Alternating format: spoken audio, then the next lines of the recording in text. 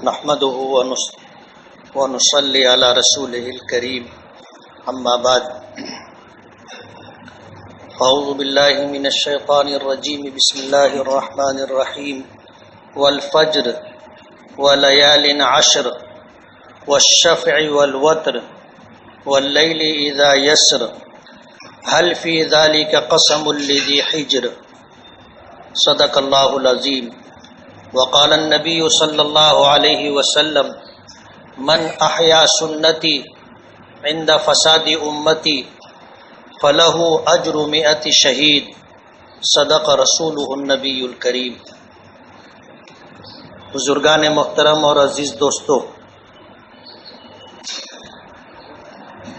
سورہ فجر کی ابتدائی 5 آیتوں کی میں نے تلاوت کی ہے، جس میں اللہ تعالیٰ نے فجر کے وقت کی قسم کھائی، 10 راتوں کی قسم کھائی، اور جفت اور طاق کی قسم کھائی، اور رات کی قسم کھائی ہے جب وہ گزرنے لگے۔ اور پھر اللہ تعالیٰ یہ پوچھتے ہیں کہ عقل رکھنے والوں کے لیے کیا ان قسموں پر یقین کرنے کا موقع نہیں ہے، وقت نہیں آیا ہے؟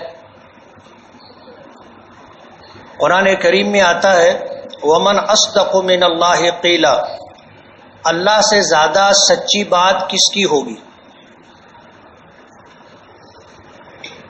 ہم تو یہ ایمان اور یقین رکھتے ہیں کہ سرکار دو عالم صلی اللہ علیہ وسلم کو بھی اپنی کسی بات کا یقین دلانے کے لیے یا یہ بات سچ ہے اس بات کا اظہار کرنے کے لیے قسم کھانے کی ضرورت نہیں ہے۔ ہم نے جب آپ کو نبی اور رسول مان لیا ہے تو نبی اور رسول مان لینے کے بعد آپ کی ہر بات پر ہمارا مکمل اعتماد، اعتبار اور یقین ہے۔ جب اللہ کے رسول کی بات کو یقینی ماننے کے لیے آپ کو قسم کھانے کی ضرورت نہیں ہے تو اللہ کی بات تو وراء الورا ہے۔ لیکن قرآن کریم میں کچھ مقامات پر اللہ پاک نے قسمیں کھائی ہیں، جیسے سورہ فجر کی ابتدائی 4 آیتوں میں اللہ پاک نے قسم کھائی، والفجر، قسم ہے فجر کے وقت کی۔ اسی لیے علماء نے لکھا ہے کہ دن کے حصوں میں سب سے بہتر حصہ فجر کا وقت ہے، روزی کی تقسیم کا وقت ہے، اور یہ وہ وقت ہے کہ اللہ پاک فرماتے ہیں کہ میرے بندے اگر تو اس وقت 2 رکعت نماز میرے لیے پڑھ لے گا تو میں تیرے دن بھر کے کاموں میں تیری کفایت کروں گا، تیرے کام بنیں گے، اور تیرے سینے کو غنا سے بھر دوں گا، فقر، محتاجگی، تنگی کا ڈر تیرے دل سے نکال دوں گا۔ فجر کا وقت اتنا قیمتی وقت ہے کہ اگر کوئی شخص فجر کے وقت کا اہتمام کرتا ہے، 2 رکعت نماز پڑھتا ہے تو اللہ تعالیٰ کا وعدہ ہے کہ اللہ اس کے لیے کافی ہے۔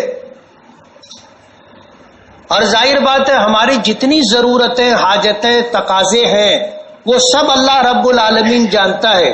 جب 2 رکعت نماز پڑھ لینے پر اللہ اس بات کا یقین دلاتے ہیں کہ میں تیرے لیے کافی ہوں، تو ظاہر بات ہے اللہ سے بڑھ کر کے کس کی بات ہوگی؟ آج ایک معمولی انسان اگر کسی کو کسی معاملے میں اطمینان دلا دیتا ہے کہ تو گھبرا مت، میں ہوں نا، تو آدمی کی کتنی ہمت بڑھ جاتی ہے اور اس کو کیسا اطمینان ہو جاتا ہے کہ میرا یہ کام ہو جائے گا۔ اللہ پاک فرماتے ہیں کہ تو صبح کے اول وقت میں میرے لیے 2 رکعت نماز پڑھ لیا کر، میں تیرے لیے دن بھر کے لیے کافی۔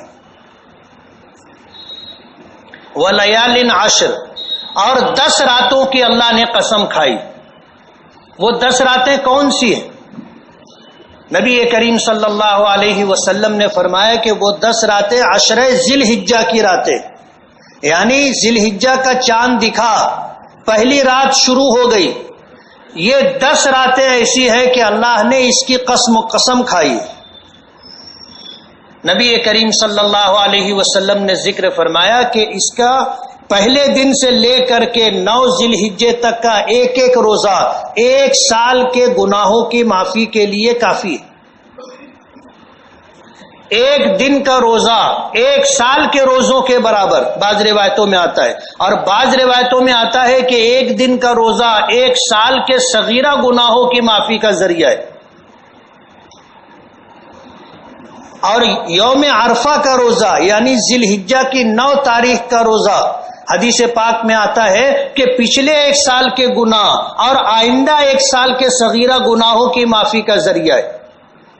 نبی کریم صلی اللہ علیہ وسلم نے فرمایا کہ پورے سال میں ان 10 دنوں سے زیادہ افضل کوئی دن نہیں۔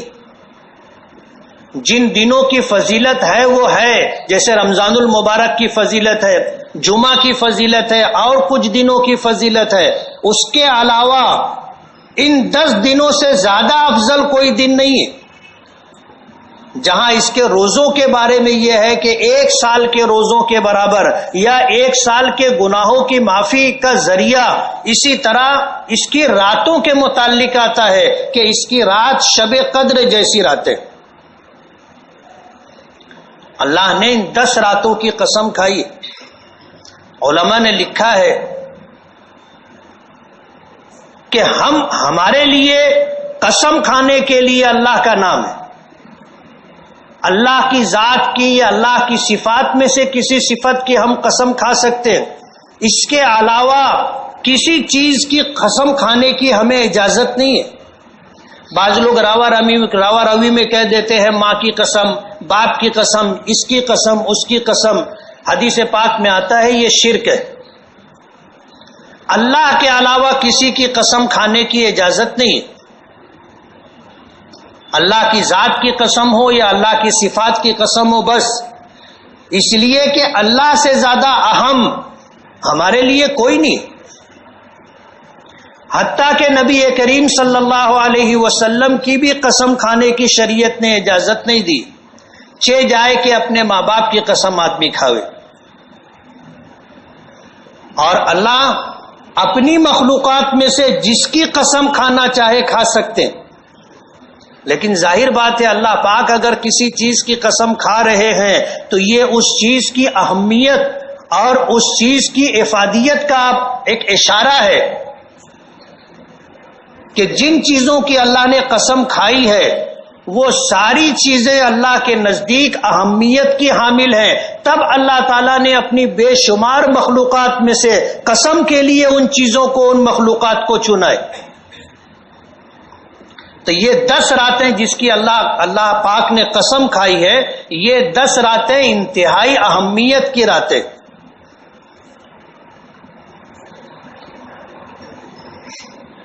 نبی کریم صلی اللہ علیہ وسلم کی اس امت کو اللہ پاک نے بے پناہ نعمتوں سے نوازا ہے۔ میں نے کبھی اس بات کا تذکرہ کیا تھا کہ پچھلی امتوں کو اللہ پاک نے بہت لمبی لمبی عمریں دی تھی، اور اس امت کو اللہ پاک نے 60-70 سال کی عمر دی۔ اس 60-70 سال میں ہمارا 15 سال کا زمانہ نابالغی میں گزرتا ہے۔ جو زمانہ بچتا ہے اس میں آدھا تقریباً سونے میں چلا جاتا ہے، آدھا تقریباً کمانے میں چلا جاتا ہے، اور دیگر ضروریات اور تقاضوں میں آپ اپنے وقت کی تقسیم کو دیکھو گے تو لے دے کر کے ہمارے پاس چند سال بچتے ہیں جو اللہ کی عبادت میں گزرتے ہیں۔ آپ واپس آئیں، ایک 24 گھنٹے کا اپنا معمول دیکھیں کہ فجر سے اٹھنے سے لے کر کے فجر کے اٹھنے تک، یعنی 24 گھنٹے میں ہمارا کتنا وقت اللہ کی عبادت میں گزرتا ہے۔ اور 24 گھنٹوں میں سے آپ اگر دیکھو گے تو ان 24 گھنٹوں میں سے 2 گھنٹے بھی ہمارے اللہ کی عبادت میں نہیں گزرتے۔ اب 60-70 سال کا زمانہ ہم کو عمر کے طور پر ملا ہے، اس میں سے کتنا وقت ہمارا اللہ کی عبادت میں گزرے گا؟ علماء نے لکھا ہے کہ 2.5 سال بہت مشکل سے عبادت میں گزرتے، اور پیچھے جو لوگ گزرے ان میں ایسے لوگ بھی گزرے جنہوں نے 500 سال تک اللہ کی عبادت کی، اور اس طرح عبادت کی کہ پلک جھپکنے کے برابر اللہ کی نافرمانی نہیں کی. اللہ نے ان کو اتنی لمبی لمبی عمریں دی تھی. صحابہ کرام رضوان اللہ تعالی علیہ مجمعین نے سنا تو یہ احساس ہوا کہ پچھلی امتوں کے مقابلے میں ہمارے پاس نیکیاں کتنی کم ہوں گی، ہماری عبادتیں کتنی کم ہیں. جب یہ احساس ہوا اور اس کا تذکرہ اللہ کے رسول صلی اللہ علیہ وسلم سے کیا تو اللہ کے رسول صلی اللہ علیہ وسلم کو بھی احساس ہوا اور اللہ سے فریاد کی تو اللہ پاک نے بے شمار عبادتیں ایسی عطا کی جو ہے تو بہت معمولی لیکن اللہ نے اس پر بے پناہ اجر رکھا ہے. 5 وقت کی نمازیں کسی کو نہیں دی تھی، اللہ نے ہم کو دی.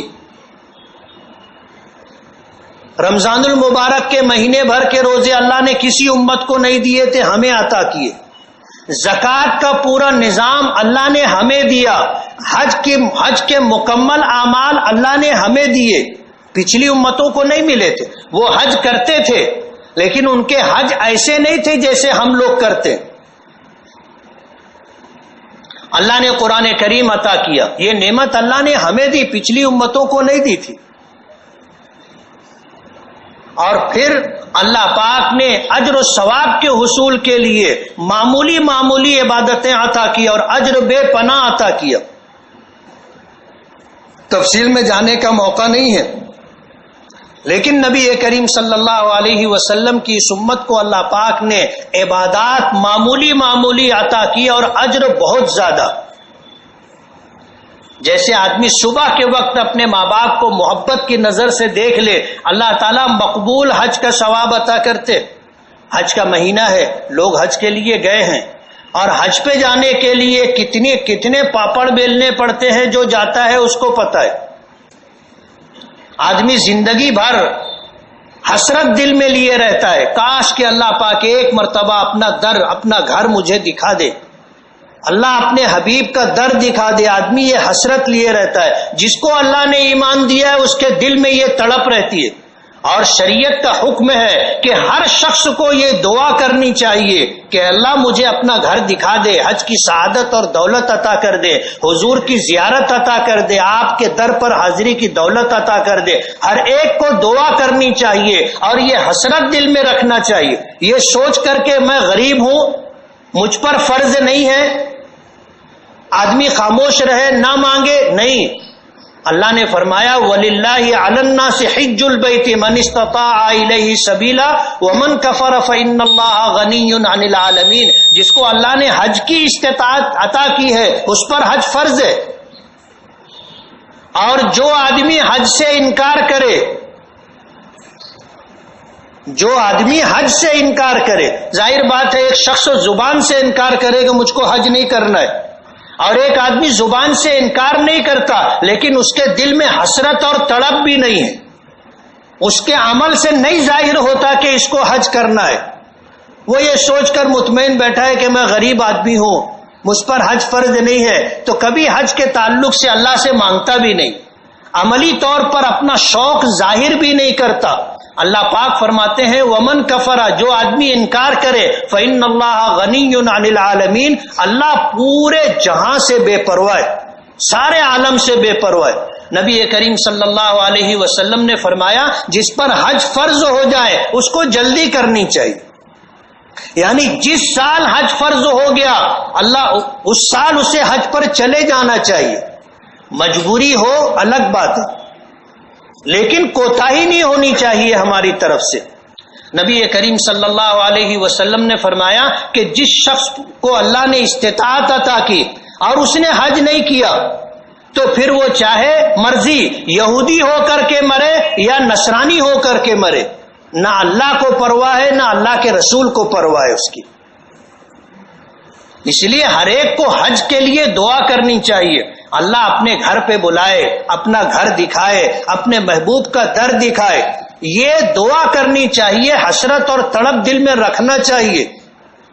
جانے والے گئے ہیں، زندگی بھر سرمایہ جمع کرتے رہے، آخر وقت میں مجبور ہو گئے، پریشان ہو گئے، کچھ پیسہ کم پڑ رہا تھا تو کتنے جتن کر کے انہوں نے پیسے جوڑے، کچھ بگاڑا اور پھر حج کے لیے گئے۔ ہر ایک کو یہ حسرت ہونی چاہیے۔ اور حج جو شخص کر لیتا ہے وہ اللہ کا مہمان ہوتا ہے۔ اللہ کے رسول کا اس کے لیے وعدہ ہے کہ اللہ ایسے شخص کو کبھی محتاج اور فقیر نہیں بنائے گا۔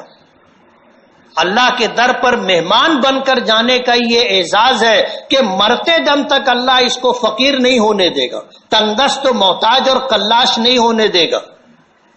یہ اللہ کا وعدہ ہے اس کے لیے۔ اور جتنا اس سفر پر آدمی خرچ کرتا ہے اللہ برکتوں کے ساتھ واپس کرتے، اس لیے کہ ہم کسی کے مہمان بنتے ہیں، وہ ہمیں نہیں خرچ کرنے دیتا، وہ ہمیں کھلاتا بھی ہے، پلاتا بھی ہے، ٹھہراتا بھی ہے، ہمارے دوسرے کام بھی آگے بڑھ بڑھ کر کرنے کے لیے تیار رہتا ہے۔ ہم اللہ کے مہمان بن کر کے گئے تو ہم نے سبب کے درجے میں جو خرچ کیا ہے اللہ برکتوں کے ساتھ واپس کرتے۔ ذی الحجہ کا یہ مہینہ بڑی برکتوں کا مہینہ ہے۔ سرکار دو عالم صلی اللہ علیہ وسلم نے فرمایا اس مہینے کو حضرت ابراہیم علیہ السلام سے نسبت ہے۔ آپ اگر دیکھو گے تو قرآن کریم کی ابتدا، قرآن کریم کا آغاز رمضان المبارک کے آخری ایام میں ہوا تھا، اور عید جو ہے یہ اسی کی خوشی میں ہے۔ شاید آپ کے لیے یہ نئی بات ہوگی، نبی کریم صلی اللہ علیہ وسلم غار حرا میں تھے، اور آپ نے جو اوقات وہاں پر گزارے تھے جس میں رمضان کا پورا مہینہ بھی ہے، رمضان کا مہینہ مکمل ہوتا ہے، اللہ پاک نے وہی نازل فرمائی، اقرأ بسم ربک الذی خلق، ابتدائی 5 آیتیں۔ قرآن کریم کا آغاز ہماری پہلی عید ہے، اور آپ دیکھو گے قرآن کریم کے احکام کی تکمیل ذی الحجہ کی 10 تاریخ کو ہوئی تھی۔ سرکار دو عالم صلی اللہ علیہ وسلم حج میں تھے، اور آپ میدان مینا میں تھے، میدان عرفات میں تھے، اور آپ پر جو ہے قرآن کریم کی آیت نازل ہوئی تھی، الیوم اکملت لکم دینکم واتممت علیکم نعمتی ورضیت لکم الاسلام دینا۔ ایک یہودی عالم نے حضرت عمر سے کہا تھا کہ اگر یہ آیت ہم پر نازل ہوتی تو اس دن کو ہم عید کا دن بناتے۔ حضرت عمر نے پوچھا کون سی آیت؟ تو کہا الیوم اکملت لکم دینکم، دین کی تکمیل اللہ نے تمہیں عطا کی ہے۔ پچھلی امتوں کے دین مکمل نہیں تھے، اگرچہ ان کی نجات کے لیے کافی تھے، دین کی تکمیل ہوئی، وہی ہماری عید۔ حضرت عمر نے فرمایا مجھے پتا ہے، اچھی طرح جانتا ہوں کہ یہ قرآن کریم کی یہ آیت کب نازل ہوئی، کہاں نازل ہوئی۔ اس دن ہمارے لیے 2 عیدیں جمع تھی، جمعہ کا بھی دن تھا اور حجاج کرام میدان عرفات میں تھے۔ بعض روایتوں میں آتا ہے کہ 10 تاریخ کو یہ آیت نازل ہوئی تھی۔ مجھے یہ بتانا ہے کہ ہماری عیدوں کی نسبت بھی قرآن کریم سے ہے۔ قرآن کریم کی پہلی وحی ہماری عید الفطر، اور قرآن کریم میں احکام کی تکمیل ہمارے لیے عید الاضحیٰ۔ اس مہینے کو حضرت ابراہیم علیہ السلام سے نسبت ہے۔ اللہ کے نبی صلی اللہ علیہ وسلم نے فرمایا اللہ کا حکم تھا، اللہ کے حکم پر حضرت ابراہیم نے اپنے بیٹے کی قربانی کی تھی، اللہ نے اسے مال کی قربانی سے بدل دیا، ورنہ ہر صاحب اولاد کو اللہ کے نام پر اپنے اولاد میں سے ایک کی قربانی دینی پڑتی۔ حضرت ابراہیم نے تو اپنے بیٹے کو قربان کر دیا تھا، آنکھوں پر پٹی تھی، بیٹے کو اندھے منہ زمین پر لٹایا تھا، چھری تیز تھی، گلے پر رکھ کر کے چھری چلا دی تھی، جس کی تفصیل آپ کے ذہنوں میں ہے، وقت نہیں ہے مجھے پورا واقعہ سنانے کا۔ لیکن جس وقت حضرت ابراہیم نے حضرت اسماعیل کے گلے پر چھری رکھی تھی، حدیث پاک میں آتا ہے آسمانوں میں شور مچ گیا تھا، اور تمام فرشتوں کی زبان پر تھا اللہ اکبر اللہ اکبر۔ تمام فرشتوں کی زبان پر تھا، ہر فرشتہ اس عمل کو دیکھ کر کے اس کیفیت میں تھا کہ بے اختیار سارے فرشتے کہہ رہے تھے اللہ اکبر اللہ اکبر۔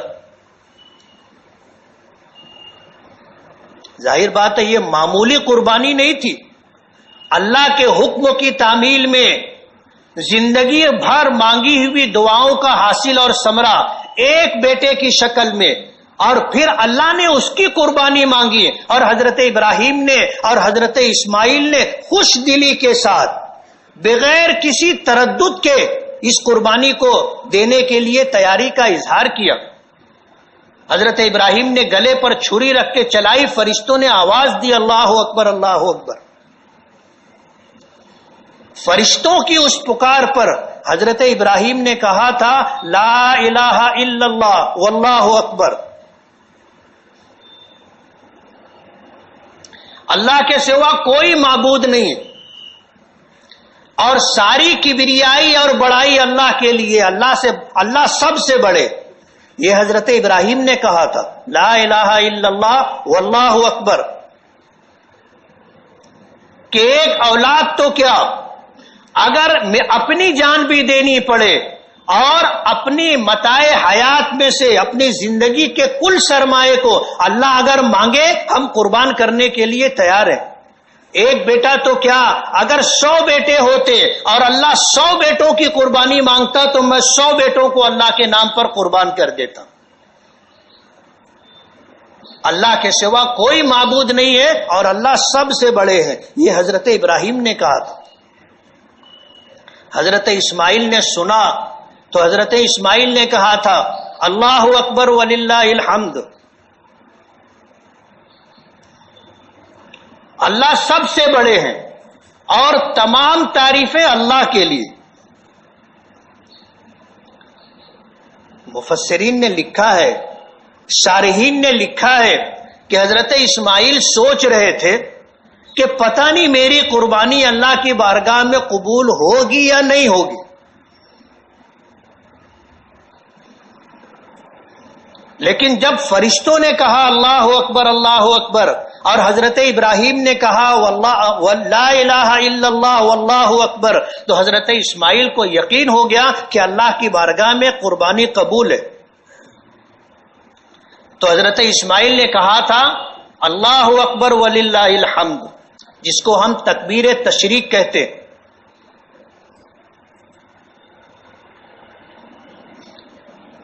ہمیں حکم ہے کہ 9 ذی الحجہ کی صبح سے لے کر کے 13 ذی الحجہ کی عصر تک ہر فرض نماز کے بعد ہر مرد پر، ہر بالغ مرد و عورت پر ایک مرتبہ اس تکبیر کا پڑھنا، تکبیر تشریق کا پڑھنا واجب ہے۔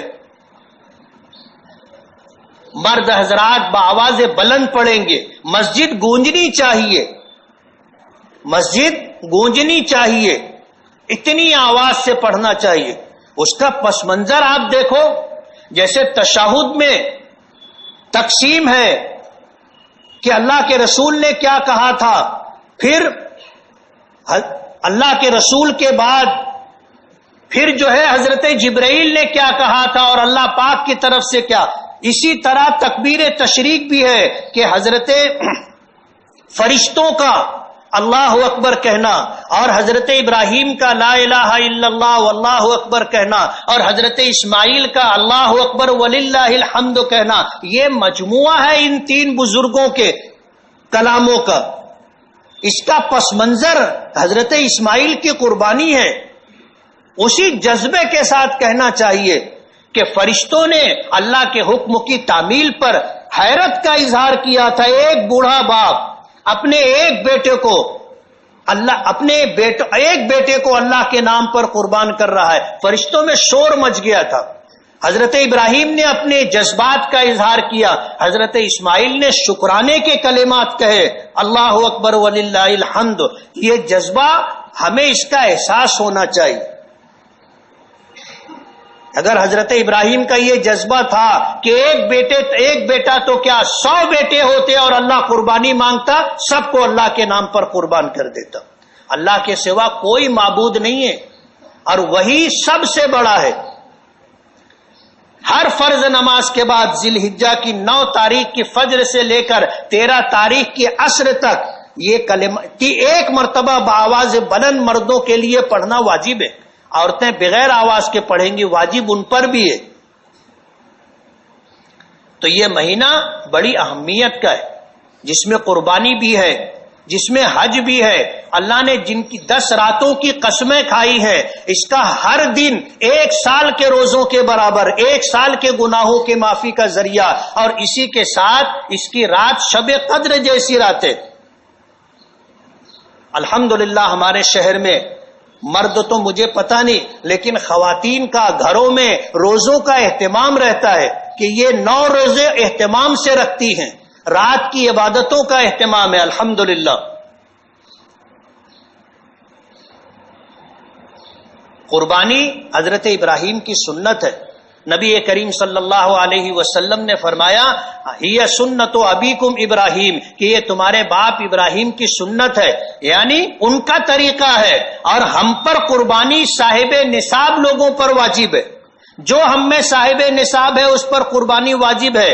ایک حصہ قربانی کا اس پر ہے، یا تو وہ بکری بکرا 1 سال کی عمر کا، یا پھر جو ہے بچڑا ہو جس کو قانوناً ہمارے ملک میں ممنوع قرار دیا گیا، بیل بھینس ہے، بھینسا ہے جس کی 2 سال عمر ہونا ضروری ہے، اونٹ ہے جس کی 5 سال عمر ہونا ضروری ہے۔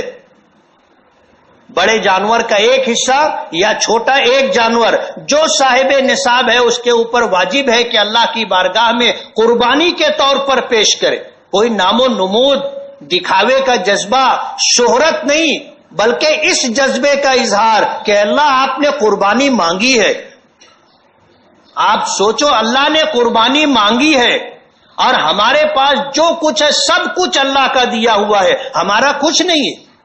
ان اللہ اشترى من المؤمنین انفسهم واموالهم بان لهم الجنہ، اللہ نے ہماری جانوں کو، ہمارے مالوں کو جنت کے بدلے میں خرید لیا ہے اور ہم نے بیچ دیا ہے۔ ظاہر بات ہے ہم نے بیچ دیا ہے تو اللہ ہم سے جو مانگے گا ہم کو دینا پڑے گا، ہمارا نہیں ہے۔ اگر ہم کو جنت چاہیے تو اپنی جان اور اپنا مال اللہ کے حکم پر قربان کرنا ہمارے لیے ضروری ہے۔ ہم نے اللہ سے سودا کر لیا، ہم نے اللہ کو جان اور مال نہیں دیا، تو میں پوچھتا ہوں اس کی قیمت آپ کو ملے گی؟ جب ہم نے سودا کرنے کے بعد اپنی جان اور مال جنت کے بدلے میں دینا طے کر لیا، ہم نے اللہ کے لیے جان دینا، مال قربان کرنا اپنے دل میں یہ جذبہ نہیں رکھا، جنت کہاں سے ملے گی؟ قربانی کرتے ہوئے یہ جذبہ ہونا چاہیے کہ مال کی قربانی مانگی ہے، اے اللہ اپنے حکم کی تعمیل میں اگر جان کی بھی قربانی مانگے گا تو میں دینے کے لیے تیار ہوں، اور تیرے لیے، تیری شریعت کی بقا اور تحفظ کے لیے اگر جان دینے کی ضرورت ہوگی میں جان دینے کے لیے تیار ہوں۔ قربانی کا عمل اس جذبے کے ساتھ ہونا چاہیے۔ فرمایا یہ حضرت ابراہیم کی سنت ہے۔ ہماری شریعت میں ہمارے صاحب شریعت جناب رسول اللہ صلی اللہ علیہ وسلم نے صاحب نصاب لوگوں پر واجب کیا۔ اللہ کے رسول صلی اللہ علیہ وسلم اور صحابہ کرام دوسروں کی طرف سے قربانی کیا کرتے تھے۔ نبی کریم صلی اللہ علیہ وسلم کا معمول تھا کہ ہر سال اپنی طرف سے ایک جانور ذبح کرتے تھے اور ایک جانور آپ اپنی امت کی طرف سے ذبح کیا کرتے تھے۔ وہ ایک جانور جو اپنی طرف سے ذبح کرتے تھے وہ آپ کی واجب قربانی ہوتی تھی، اور پھر دوسروں کی طرف سے آپ اپنی امت کی طرف سے جو قربانی ہوتی تھی وہ نفل ہوتی تھی۔ اس کا اجر و ثواب جتنے لوگوں کو پہنچانا چاہے آدمی پہنچا سکتا ہے۔ یہ غلط فہمی نہیں ہونی چاہیے کہ بس ایک بکرا ذبح کر لو پورے گھر کی طرف سے اور پورے خاندان کی طرف سے کافی نہیں، ہر صاحب نصاب پر الگ قربانی ہے۔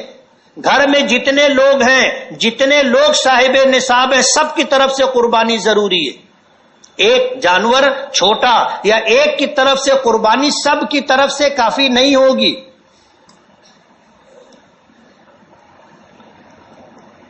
تو اس مہینے کو خاص نسبت ہے اور یہ مہینہ بڑی اہمیت کا حامل ہے۔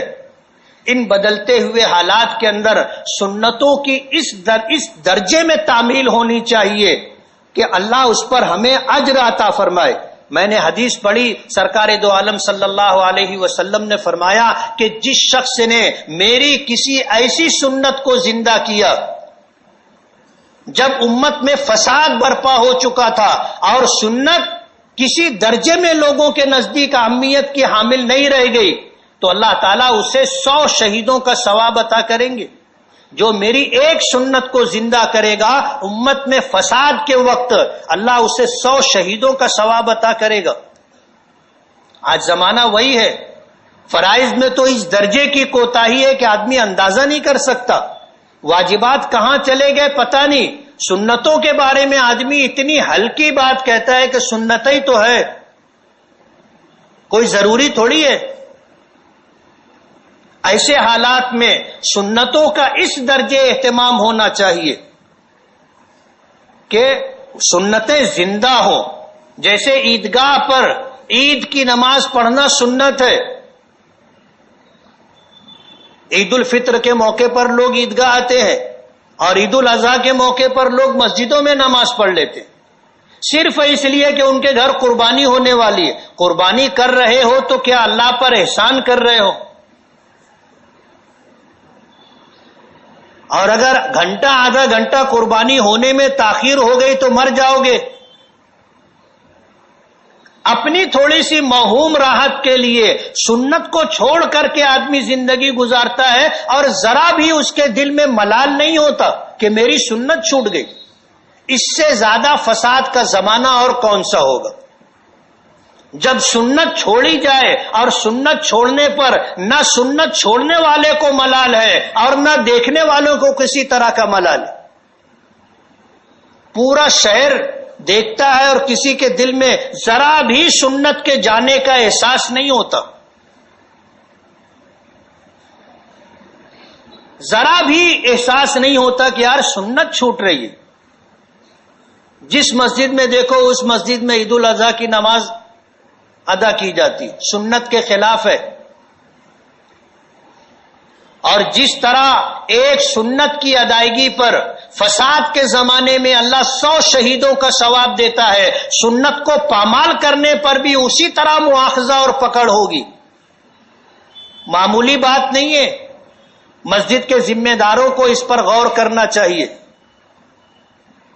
ضعیفوں کے لیے, بیماروں کے لیے, بچوں کے لیے شہر کی چند مسجدوں میں اہتمام کیا جا سکتا ہے. یہ نہیں کہ دیکھو جس مسجد میں دیکھو عید الاضحیٰ کی نماز ہو رہی ہے. یہ اجتماعی طور پر سنت کو پامال کرنا ہے. اور اگر ایسے موقع پر اللہ ایک سنت کے زندہ کرنے پر 100 شہیدوں کا ثواب دیتے ہیں تو آپ اس کے سامنے بھی دیکھ لو کہ اگر اجتماعی طور پر سنت کو پامال کیا جا رہا ہوگا تو اللہ پاک کی طرف سے پکڑ بھی ویسی ہی آئے گی. اس لیے یہ عہد کر لے کہ سال میں 2 مرتبہ اللہ پاک ہمیں بلاتے ہیں. عید الفطر اور عید الاضحیٰ کے موقع پر عیدگاہ ہمیں جانا چاہیے. کچھ بھی ہو جائے جانا چاہیے. قربانی گھنٹہ 2 گھنٹہ بعد میں کر لیں گے لیکن سنت نہیں چھوڑیں گے. اپنی زندگیوں کو آپ دیکھو, ہم کیسی زندگی گزار رہے. داڑھی رکھنا سنت ہے. امت میں 90% سے زیادہ لوگ اس سنت کو پامال کر کے زندگی گزار رہے ہیں اور پھر یہ امید رکھتے ہیں کہ ہم ہرے بھرے رہیں.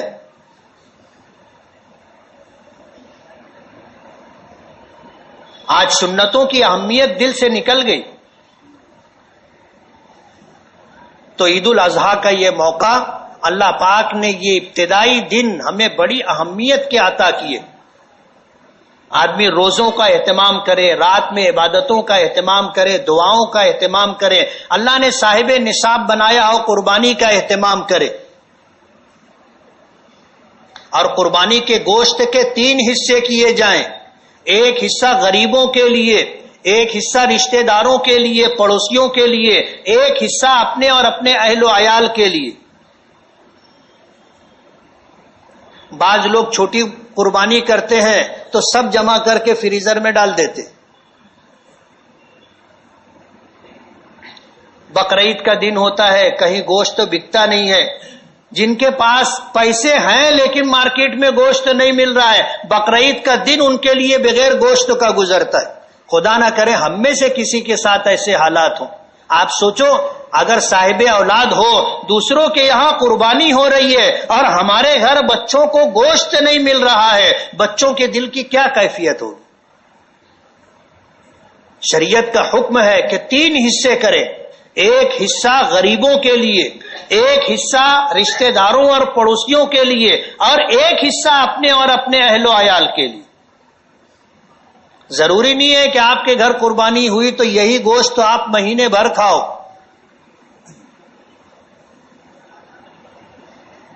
شریعت کے احکام بلا وجہ نہیں ہوتے، اور اللہ کے رسول صلی اللہ علیہ وسلم کے توسط سے جو شریعت ہمیں ملی ہے وہ انتہائی کامل و مکمل شریعت ہے، جس سے بہتر طرز زندگی آپ کو دنیا میں کسی مذہب میں نہیں ملی۔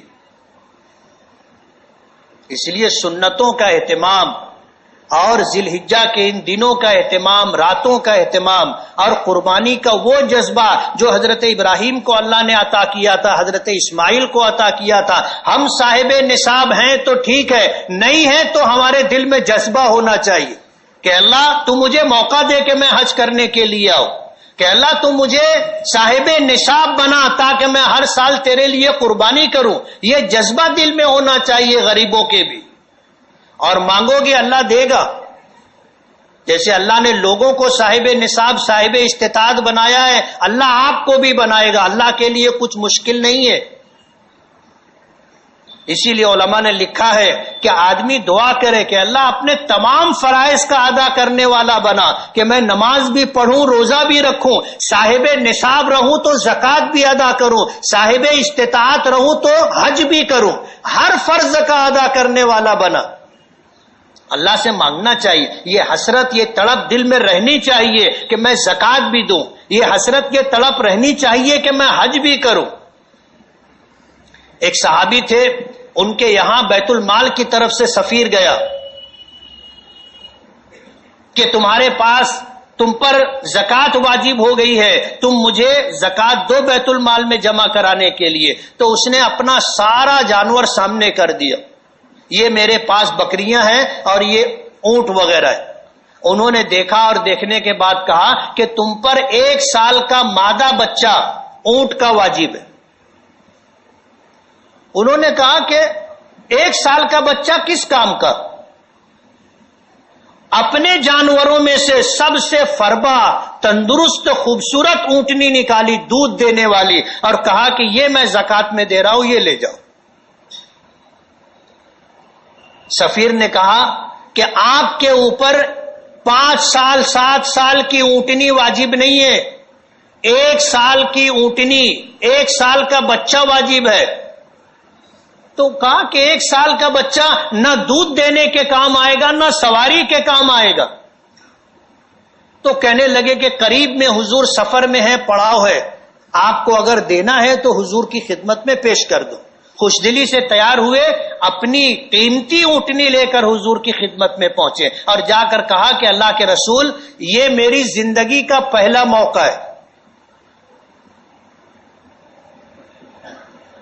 یہ میری زندگی کا پہلا موقع ہے، میں غریب تھا، اللہ نے آج زکوٰۃ دینے والا بنایا ہے۔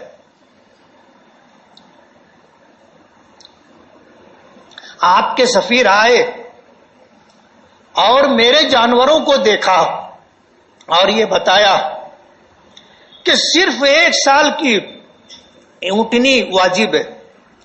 اللہ کے رسول، 1 سال کی اونٹنی نہ سواری کے کام آئے گی، نہ دودھ دینے کے کام آئے گی، میں یہ اونٹنی لے کر کے آیا ہوں۔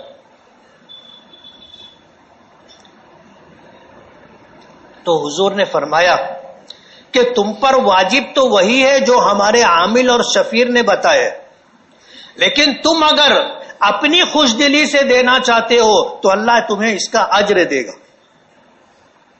اس جذبے سے اللہ کے حکم کی تعمیل ہونا چاہیے۔ 1 سالہ اونٹنی دے دیتے، ان کے ذمے سے زکوٰۃ ادا ہو جاتی، لیکن کہنے لگے میں غریب تھا، میرے پاس کچھ نہیں تھا، آج اللہ نے موقع دیا ہے، 1 سال کی اونٹنی کیا کام آئے گی؟